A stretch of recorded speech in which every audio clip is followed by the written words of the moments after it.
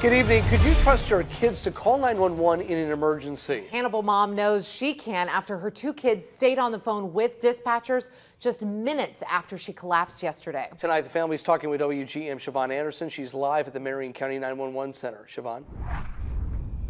Gina and Leslie, I was able to listen to that 911 call here earlier today. Unfortunately, dispatchers say they can't release it because of Missouri laws, but they wish they could because it's a prime example of what kids should do in an emergency. My little heroes, they are. Laura Copeland was home with her 2 kids yesterday when she suddenly had a seizure and collapsed. Her 2 kids, 6-year-old Mitch and 7-year-old Cora, both legally blind, witnessed the entire incident. I woke up to not breathing, not remembering anything. My kids were in my face. Mitch stayed by her side. Cora says she knew exactly what to do next. We were calm, but we were scared at the same time. Yeah.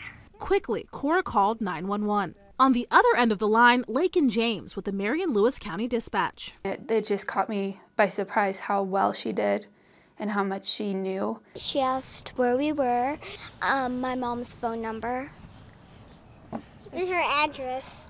James says it was the first call in her 2 years working here that a child was on the other end of the call. She tried to keep them calm and break down exactly what happened to their mom. I have 2 daughters, so I just kind of talked to them how I would talk to my own. Copeland isn't surprised by her fast-acting kids. They've had an emergency plan in place for years, but they've never had to use it until now. You need to call this and this and this and do this and call 911, and they did everything they were taught. And Copeland hopes this is a lesson for all families.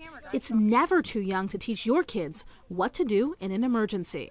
Talk about stuff that can happen, because all of a sudden something can happen. Dispatchers say talk with your kids as soon as possible. Information like their first and last name, phone number, and street address is helpful, as well as parents' first and last names. That information could be the decision maker in an emergency. Reporting live at the Marion County Dispatch Center, Siobhan Anderson, WGEM News.